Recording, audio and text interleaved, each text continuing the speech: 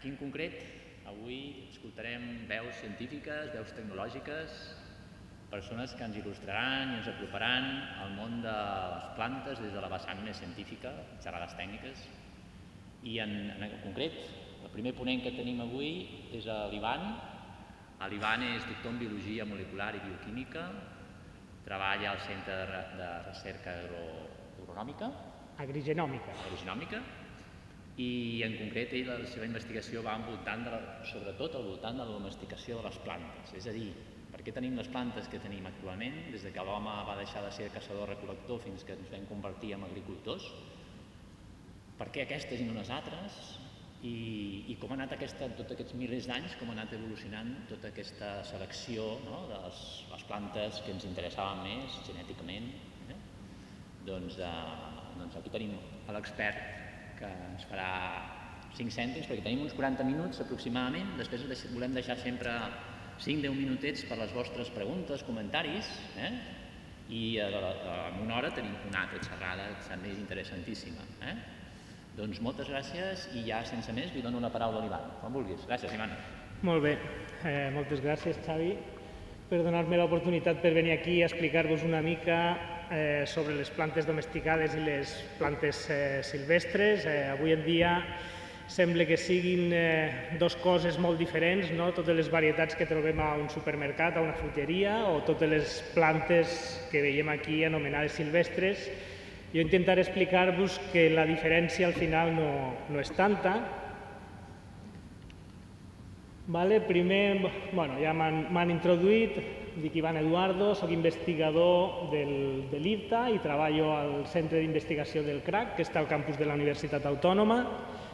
Bàsicament, en aquest centre, en aquest laboratori, el que fem és fer extraccions d'ADN a partir de teixits de plantes, fem moltes PCRs d'aquestes que se n'ha parlat tant durant els últims anys, cultivem plantes en potets amb medis de cultiu, analitzem dades a l'ordenador, fem assajos de camp en diferents parcel·les experimentals i mesurem, tastem i mesurem fruites de totes les maneres que us pugueu imaginar. Ara que sabeu qui som, intentarem començar a explicar quin és l'origen de totes aquestes plantes domesticades que consumim habitualment. No sabia per on començar, he decidit començar pel principi de tot. Tenim que la Terra es va formar fa uns 4.500 milions d'anys i amb el temps va arribar un moment que van aparèixer les plantes terrestres, fa uns 400 milions d'anys, i ja molt més tard van aparèixer l'espècie dels homínids. Per tant, les plantes ens porten bastants anys d'avantatge en el que és el camp de l'evolució.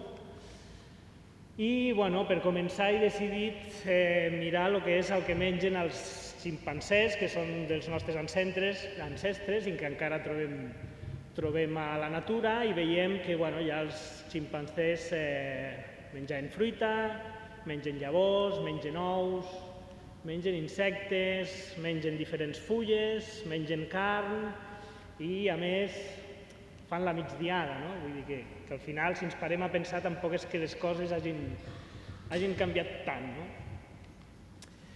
Després aquests ximpanzés van anar evolucionant, tota la família dels homínids, com veieu, van anar apareixent noves espècies, vull dir, per evolució les espècies van diversificant, es van convertint en altres espècies, algunes continuen, algunes van desapareixent, i el que ha passat amb els homínids també ha passat amb la majoria d'animals i vegetals que coneixem. És tota una història d'evolució, diversificació, espècies que apareixen, espècies que desapareixen, i fa uns 10.000 anys, pràcticament, ja érem l'espècie Homo sapiens i ja havíem après a fer anar molts utensilis, moltes eines, i ens dedicàvem a pescar, a caçar, havíem descobert el foc, a fer teixits, a fer peces de roba, i pràcticament ens dedicàvem a recol·lectar o caçar coses que trobàvem a la natura. Hi va haver un moment, segurament va ser un procés gradual i bastant llarg, però els homes vam aprendre a conrear les plantes i a criar els animals. Ja no havíem d'anar a la natura, sinó que els teníem en un lloc i nosaltres els donàvem tot el que necessitàvem per viure. Això va ser l'aparició de l'agricultura. Això va provocar uns canvis bastant grans en el mode de viure de la nostra espècie. Vam passar sobretot d'una vida nòmada a una vida més sedentària. Els grups d'individus que quan eren caçadors-recol·lectors eren molt petits van anar creixent, es van diversificar les feines, van aparèixer moltes feines perquè abans pràcticament tothom s'havia de dedicar o a caçar o a recollir coses. I una altra cosa que va passar, que és el que a mi m'interessa molt, és que el que movia l'evolució era la selecció natural i des d'aquest moment la part d'aquesta selecció, tot i que la natura continuava actuant, part d'aquesta selecció que conduïa l'evolució de les espècies la va passar a fer l'home, que és el que diem la selecció artificial. I aquí es va iniciar el procés de domesticació, tant d'animals com de plantes. Bàsicament, la domesticació és l'adaptació d'espècies silvestres a les condicions de cria o de cultiu que proporcionem als humans. Vull dir, les plantes que conreàvem es van haver d'adaptar a la forma en què nosaltres les criàvem. Això va tenir un efecte importantíssim al planeta. Avui pràcticament el 50% de la superfície terrestre està dedicada a l'agricultura. Vull dir que ha sigut poder el canvi en la vida humana que més impacte ha tingut en el planeta. I què és la domesticació de les plantes? Moltes vegades hem sentit a parlar de la dels animals, però sembla que la domesticació de les plantes la coneixem una mica menys. No sé si algú de vosaltres em sabria reconèixer alguna de les espècies que veieu aquí. No sé si algú s'anima amb alguna. Magrana, alguna més? La rúcula. Veieu que hem perdut una mica, ens costa reconèixer les espècies silvestres, no? Això d'aquí és una síndria silvestre, aquí tenim el blat de moro, això és un plàtan que està ple de llavors, són les seves varietats silvestres, tenim albergínies, tenim pastanagues i aquí tenim la mostassa silvestre, que he vist que hi ha llavors aquí fora del col·lectiu eixarcolant i que ha donat lloc a totes aquestes espècies que ens reconeixem una mica millor. Això no ha sigut uns canvis que s'han donat d'un dia per un altre, sinó que ha sigut un procés gradual. Aquí tenim el blat de moro silvestre i com al llarg del temps ha anat canviant, ha anat evolucionant fins a les varietats que identifiquem avui en dia com a blat de moro. El mateix de les pomes, això és una poma silvestre i al llarg del temps i dels anys la cosa ha anat evolucionant cap a alguna cosa que a nosaltres ens agrada més. Com sabem aquestes històries de domesticació? Gràcies a l'arqueologia, a documents històrics, a la botànica, a la lingüística, a vegades fent una anàlisi de com es diuen les diferents espècies en diferents idiomes podem arribar a esbrinar algunes coses i una especialitat que ha tingut un impacte molt gran i que ens ha permès saber moltes coses, sobretot en els últims anys, és la genètica.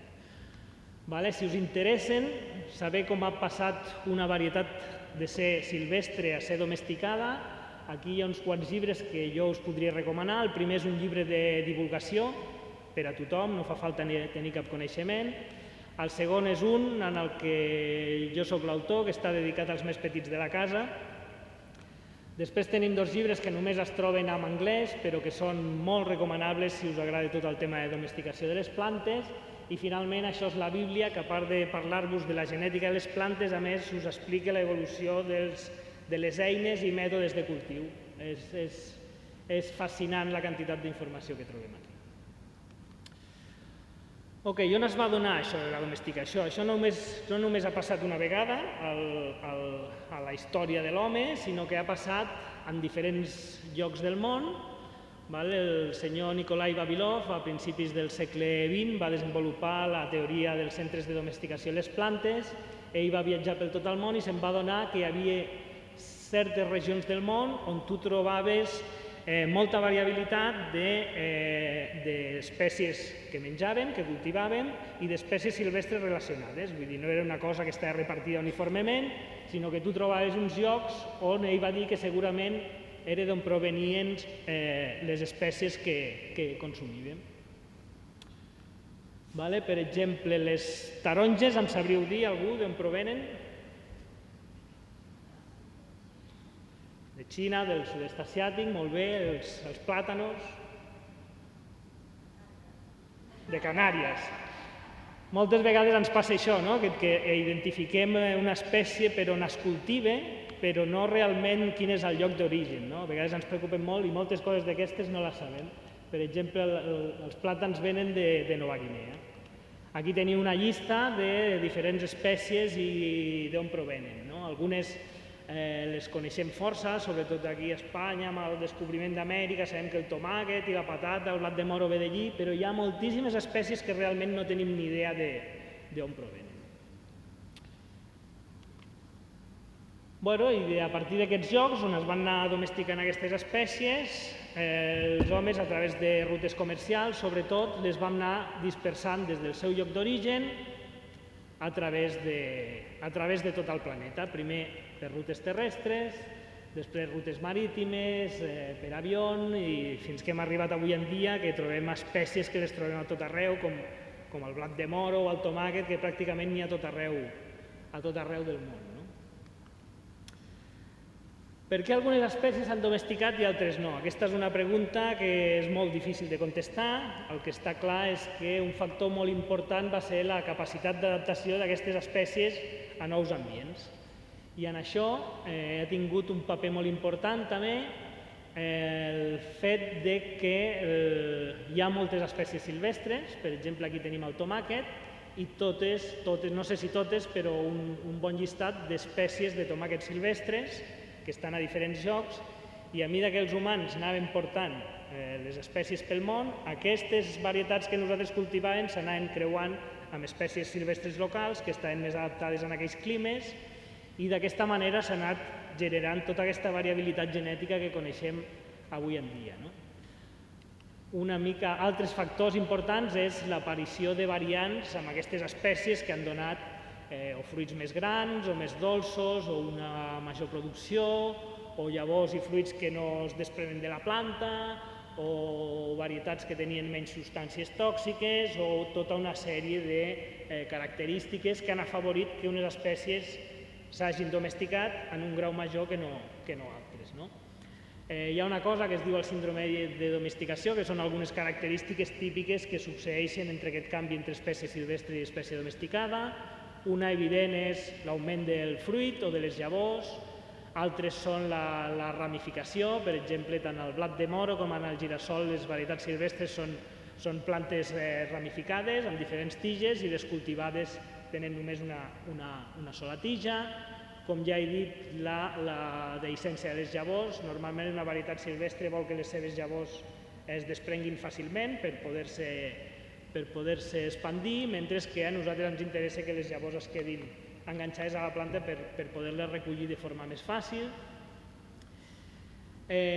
Avui en dia fins i tot sabem quins són els gens responsables d'aquests canvis, vull dir, la cosa ha avançat molt en el coneixement de totes aquestes coses.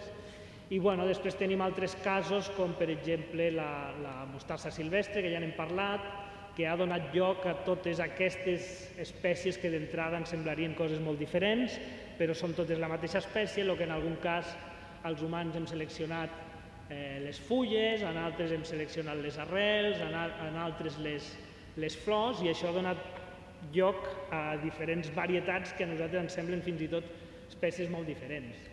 Tenim casos com el de l'ametlla, que bàsicament el canvi més gran que hi ha hagut aquí ha sigut la pèrdua de substàncies tòxiques a la llavor. L'ametlla té amigdalina i és el que dona lloc a les ametlles amargues, i en canvi les que consumim són ametlles dolces que no tenen aquests components. Hi ha el cas del cacau, que és un cultiu que s'estima que la majoria de varietats de cacau que cultivem avui en dia estan a un màxim de 3 generacions de l'individu silvestre que es va treure de la selva, i és un camp molt curiós també perquè és una de les poques espècies on les varietats cultivades són menys productives que les silvestres. Així que veieu que, síndrome de domesticació parlem d'un, però cada espècie pràcticament és una història i unes condicions molt particulars. Per seguir veient una mica més algunes plantes silvestres i com es produeix tota aquesta variabilitat que veiem avui en dia, aquí teniu uns exemples d'uns melons silvestres, que veieu que molta gent això ho confon amb un kiwi, però no, això és un meló silvestre. I aquí veieu, per exemple, diferents varietats de melons silvestres i què passa quan tu creues aquest amb el piel de sapo, que és el que coneixem, dona lloc a això, si tu creues aquesta varietat amb aquesta, dona aquesta, i veieu que en molts casos no és evident ni és fàcil de predir el que pot passar. Realment hi ha molta variabilitat i no tot és evident, no tot pots predir fàcilment el que pot passar quan tu fas un creuament. Aquí teniu altres exemples, teniu unes cols, aquí creues aquesta amb aquesta, et dona aquest híbrid, que si tu autofecundes a la descendència trobes tota aquesta variabilitat. Aquest és un exemple, creuant un préssec i un ametller, et dona un híbrid amb polpa vermella, també molt difícil de predir, i si això ho tornem a creuar amb la varietat de presseguer, tu obtens tota aquesta variabilitat a nivell de fruit. I és tota aquesta variabilitat genètica que es va produint on els homes hem anat seleccionant allò que ens ha agradat i el que ens ha portat a totes les varietats d'avui en dia. Una altra font de variabilitat, a part dels creuaments, ja siguin intraespecífics o interespecífics, són les mutacions. En el procés de replicació del nostre ADN no és un procés perfecte i es van produint mutacions. Per exemple, imaginem-nos que això és el genoma, les lletres A, T, G i T, i a mesura que es van fent còpies, a vegades es produeixen mutacions, moltes d'elles no tenen sentit i acaben desapareixent, però a vegades hi ha mutacions que donen una característica nova i que es van mantenint. D'aquesta manera veus que amb dues mutacions passem d'aquesta frase d'aquí a aquesta d'aquí, que tenien un sentit però molt diferent. I bàsicament això és el que ha anat passant des d'aquí, del tomàquet silvestre, aquí. Hi ha hagut mutacions que s'han anat produint de forma espontània i que nosaltres hem anat seleccionant. I arribem més o menys fins al segle XIX, tota aquesta selecció que ens ha portat a tota aquesta variabilitat en moltes espècies, això ho van fer els propis agricultors d'una forma intuïtiva. O sigui, pràcticament no sabien ni que les plantes tenien sexe. Vull dir, simplement agafaven alguna cosa que els agradava i allò ho multiplicaven com podien i s'ha anat seleccionant, però d'una forma completament intuïtiva. Al segle XIX van començar a passar, van canviar moltíssimes coses a la societat i pel que fa a la genètica i a la millora de les plantes, una cosa que va passar és que es va descobrir la teoria de l'evolució, es van descobrir les lleis de l'herència i va néixer la genètica i la millora genètica. I això també va tenir les seves conseqüències.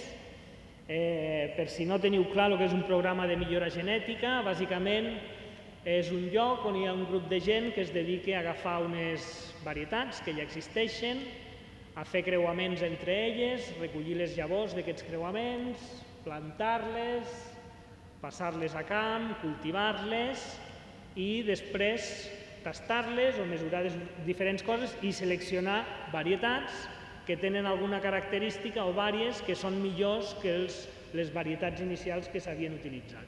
I totes aquestes noves varietats que es seleccionen tornen a entrar en aquest cercle i així és com es van produint noves varietats que van apareixent al mercat o als camps de cultiu. Què es pot millorar? Podem millorar coses relacionades amb les característiques nutricionals, noves tipologies de fruit, o sigui, caràcters més aviat des del punt de vista del consumidor, caràcters com la via comercial, la producció, que afecten més al que seria el productor, o característiques com resistències a malalties o a l'estrès hídric que estan més enfocades a tenir cura del medi ambient.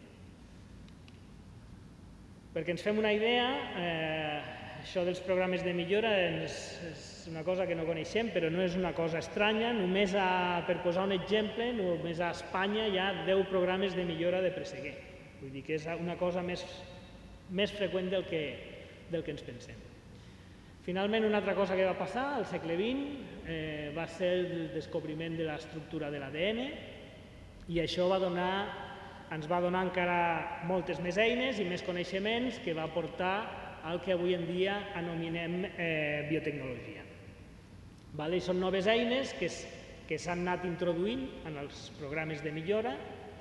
Primer teníem la domesticació, després vam aprendre a fer creuaments dirigits, vam descobrir les lleis de Mendel, vam descobrir com induir mutacions,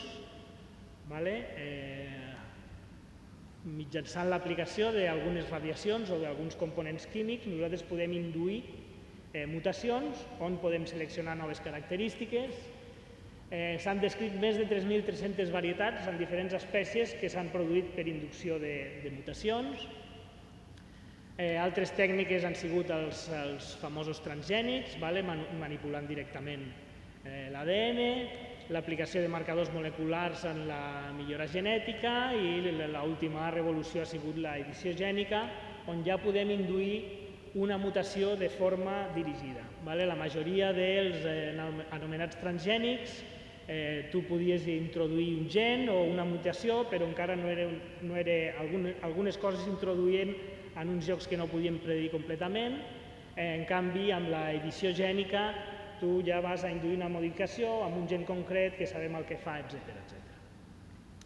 O sigui que la història de la domesticació i la millora al llarg del temps ha anat incorporant noves metodologies i noves eines per anar produint noves varietats.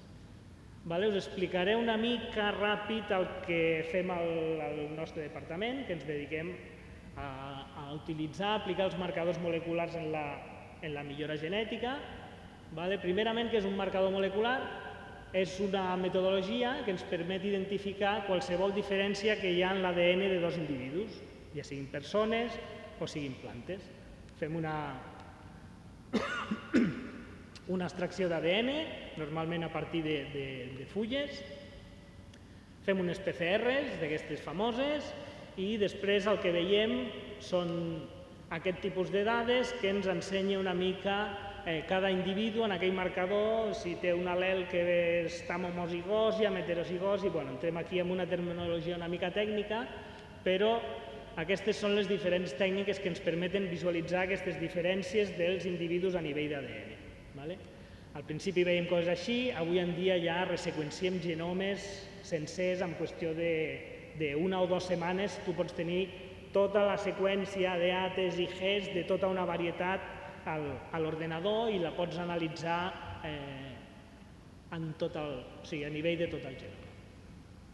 Com poden ajudar aquests marcadors a la millora? Per exemple, la majoria d'espècies que cultivem són espècies diploides, que es diu que tenen un cromosoma que ve de la mare i un altre que ve del pare.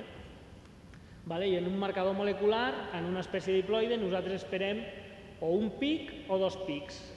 Si són 2 pics, és un que ve del pare i un que ve de la mare. En el cas que només hi ha un pic, vol dir que els dos, tant el que ve del pare com de la mare, són iguals. Per exemple, el que podem fer és dir-los als milloradors si quan ells fan un creuament, realment les llavors que obtenen són fills d'aquells creuaments o no, el mateix que es fa amb els humans quan tu fas un test de parentesc. Per exemple, si ens diuen que això és la mare i això és el pare i això són els 2 fills, veiem que, per exemple, el fill 2 té un pic que prové de la mare i té un pic que prové del pare, o sigui que perfectament pot ser fill del creuament que ens han dit. Però, en canvi, el fill 1 veiem que sí que té un pic que ve de la mare, però té un pic que no ve del pare. O sigui que en aquest cas segurament és d'algun gra de pol·len que s'ha escapat o d'alguna llavor que s'ha traspapelat en algun moment. Altres coses que ens permet fer els marcadors és fer un anàlisi de la variabilitat genètica. Fins abans de la genètica tota la classificació es feia en base als caràcters morfològics de les plantes i ara hem incorporat l'ADN i veiem que no sempre hi ha una correlació evident. Per exemple, si jo us pregunto un préssec que s'assembla més a un albercoc o a una ametlla? A un albercoc, d'entrada. Però realment, si mirem aquí, això són tot el gènere de prurus, veiem que aquí hi ha el presseguer i en canvi l'ametller genèticament és molt més similar al presseguer que no pas a l'albercoquer, que està molt més lluny. O sigui que no sempre les coses són allò que semblen. Una altra cosa que fem és fer selecció assistida per marcadors. Un cop el millorador ha fet els seus creuaments i ha cultivat les seves plantes, nosaltres, després d'haver fet alguns estudis previs, podem identificar marcadors que ens poden predir alguna característica de les plantes.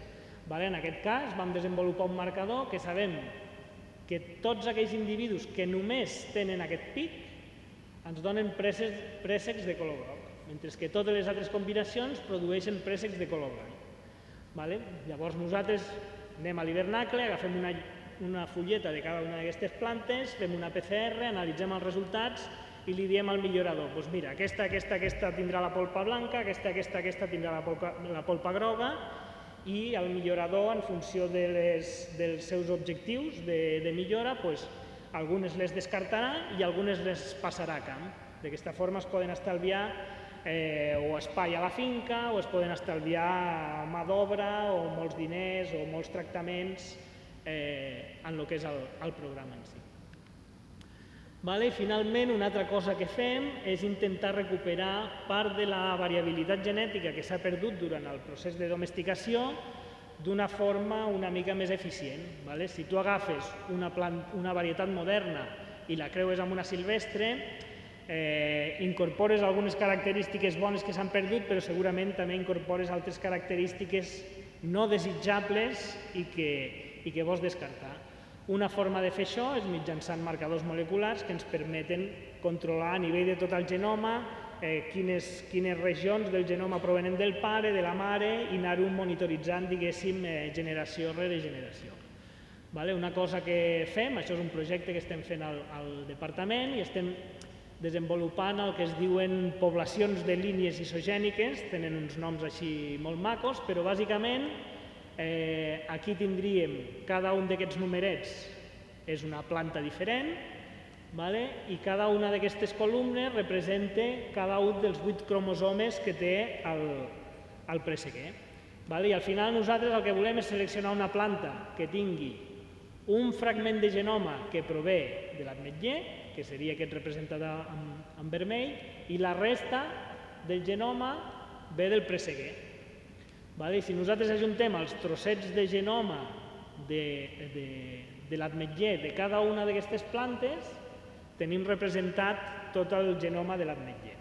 I després, analitzant les particularitats, els caràcters, diferents característiques d'aquesta població de plantes, podem identificar regions o gens que ens determinen algunes característiques. Així és com, per exemple, hem identificat préssecs que tenen la polpa vermella, que és un gen que prové de l'ametller, o varietats completament resistents al fong de l'oïdi, que és un fong que pràcticament no tenim fonts de resistència en les varietats de préssec que es coneixen. I, així, més o menys, espero haver-vos explicat com han anat canviant les espècies des del que és una varietat silvestre fins al que és una varietat domesticada i quines són les tècniques una mica per sobre que s'utilitzen per anar produint noves varietats que van apareixent als mercats. Per exemple, molt aviat tindrem pomes amb polpa vermella, préssecs amb polpa vermella, ja tenim kiwis amb polpa vermella, tenim gerds, el que era vermell ho tornem blanc o groc, el que era blanc ho tornem vermell, les mores, que ara tenim aquí unes mores molt més grans del que estem habituats, i per exemple aquí ja tenim una poma, aquesta és una poma transgènica que ja es comercialitza als Estats Units, que simplement li han silenciat un gen responsable de l'oxidació, llavors tu tens aquestes pomes que les talles i no s'oxiden, no es tornen de color negre. I ara un repte que tenim tots per endavant, els milloradors sobretot, és fer que totes aquestes varietats s'adaptin a tots els canvis que es comencen a produir a través del canvi climàtic.